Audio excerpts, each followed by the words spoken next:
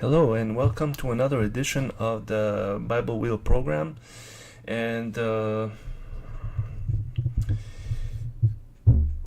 subject of today is on the 7th century, but Colossus of Rhodes wasn't built on the 7th century. It was actually in ruins. It was destroyed by an earthquake centuries before. But it did remind me of the book of Colossians and something else. The Colossus of Rhodes actually is dedicated to the sun god, Helios, and based on a victory that the Dorians had. They dedicated a statue to the sun god. But it does remind me of another character that was related to the sun. His name was Samson, because his name means Shemesh. Shemesh means sun, and it means sun-like, and he was known to be that hero who had supernatural powers, and he was weakened.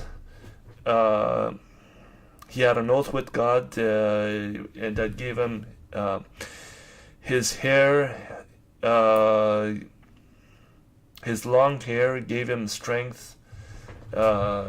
Gave him the supernatural strength, but because he loved a woman who was even a stranger, a Philistine, not an Israelite, he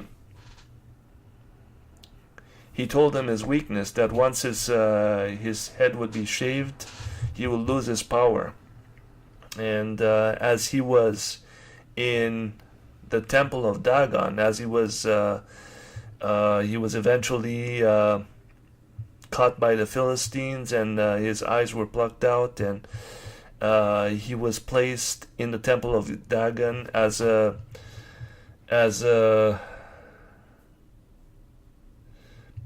sign of their God should be exalted, but he held on to the pillars, and his hair was coming back.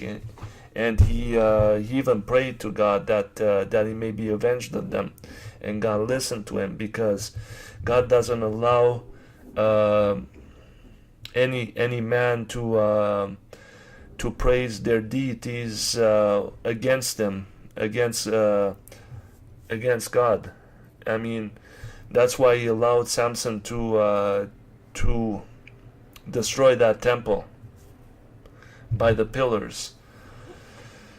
And in this case, Colossus of Rhodes was destroyed by an earthquake centuries ago, but the Muslims used the brass that was long, that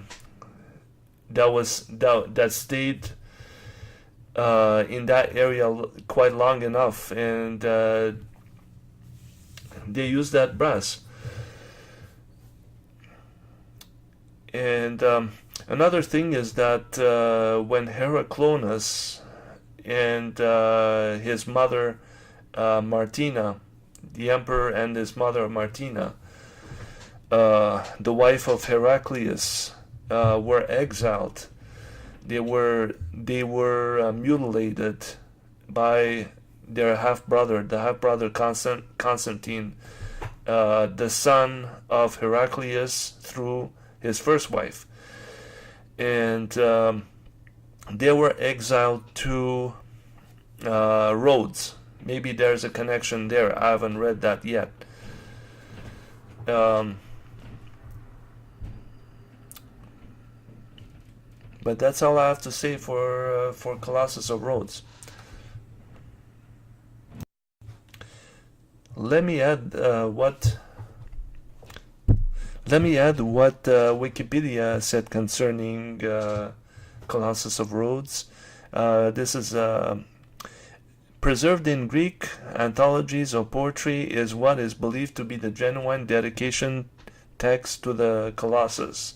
To you, O sun, the people of Dorian Rhodes set up this bronze statue reaching to Olympus when they had pacified the waves of war and crowned their city with the spoils taken from the enemy.